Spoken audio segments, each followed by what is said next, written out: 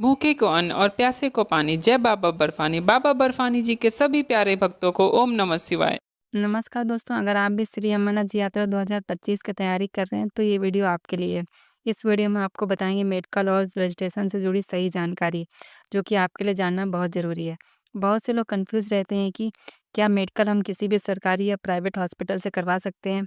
दूसरा, यात्रा परमिट पर जो डेट लिखी है उससे पहले या बाद में क्या यात्रा पर हमें जाने की अनुमति है।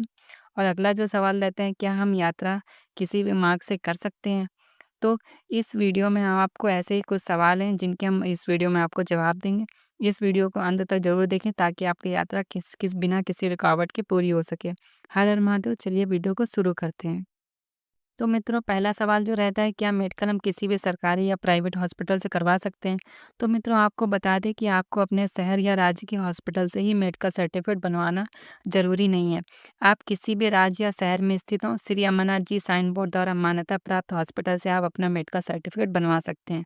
सबसे ज़रूरी बात यह है कि आप श्री अमरनाथ जी साइन बोर्ड द्वारा जो हॉस्पिटल की लिस्ट जारी की गई है, आपको केवल उन्हीं हॉस्पिटल से अपना मेडिकल करवाना है। साइन बोर्ड की जो वेबसाइट है, वहाँ पे सरकारी और प्राइवेट दोनों हॉस्पिटल की लिस्ट दी गई है। तो आप किसी भी हॉस्पिटल से अपना जो मेडिकल है वो करवा सकते हैं। ऐसा कोई ज़रूरी नहीं कि आपको सरकारी हॉस्पिटल से ही करवाना है। बशर्ते ये शर्त ये रखी गई है कि जो भी हॉस्पिटल जो लिस्ट है उसमें नामित है, उन्हीं से आपको करवाना है। जिनकी लिस्ट साइन बोर्ड की वेबसाइट में नहीं है, उनसे आपको नहीं कराना है, अन्यथा आपको जो मेडिकल है वो मान्य नहीं होगा। किसी भी राज्य में रहते हो, किसी भी शहर में के निवासी हो, आप ऑल इंडिया कहीं से भी अपना मेडिकल सर्टिफिकेट बनवा सकते हैं। केवल शर्त यही है कि वो हॉस्पिटल साइन बोर्ड की द्वारा जारी की गई लिस्ट में शामिल होना चाहिए। अगला जो सवाल है, क्या हम यात्रा किसी भी मार्ग से कर सकते हैं। तो मित्रों देखिए, ऐसा है कि जो यात्रा परमिट आपको जारी किया जाता है उससे पहले ही आपसे पूछा जाता है कि आप किस मार्ग से अपनी यात्रा करना चाहते हैं।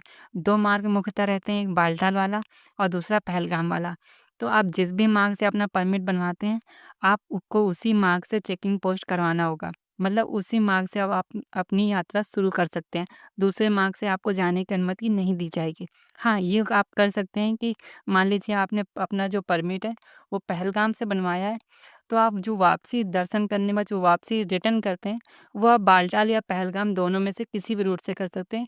ये पूरी तरह आपकी चॉइस होती है। इसमें आपको कोई भी रोक-टोक नहीं होती।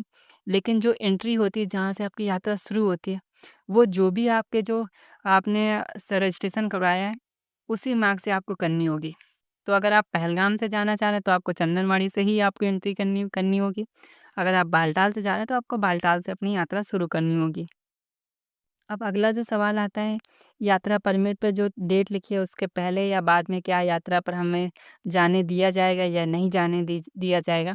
तो मित्रों ऐसा है, श्री अमरनाथ जी यात्रा में प्रतिदिन एक सीमित संख्या में ही यात्रियों को जाने की अनुमति दी जाती है। जि जिस कारण से हर यात्री को एक निश्चित दिन का यात्रा परमिट दिया जाता है, जो केवल उसी दिन की यात्रा के लिए मान्य होता है।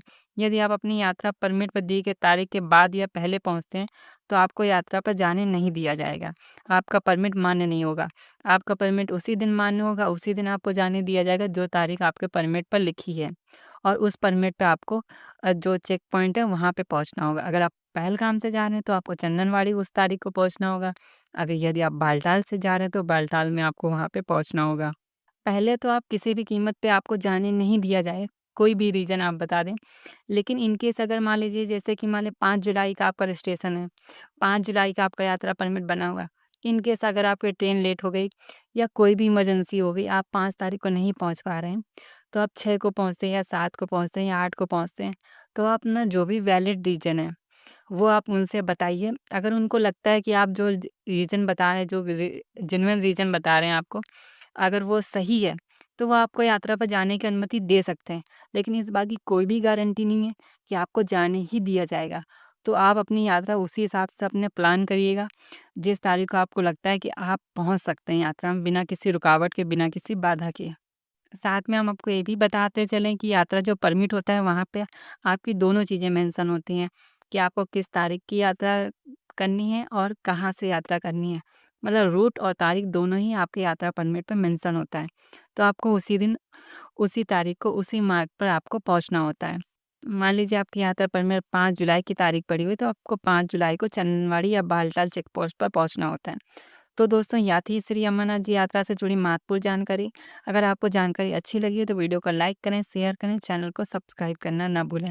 अगर आपके मन में अभी भी कोई सवाल है, कोई डाउट है, तो आप हमें कमेंट के माध्यम से या हमें व्हाट्सएप के माध्यम से आप हमसे पूछ सकते हैं। धन्यवाद मित्रों। हर हर महादेव।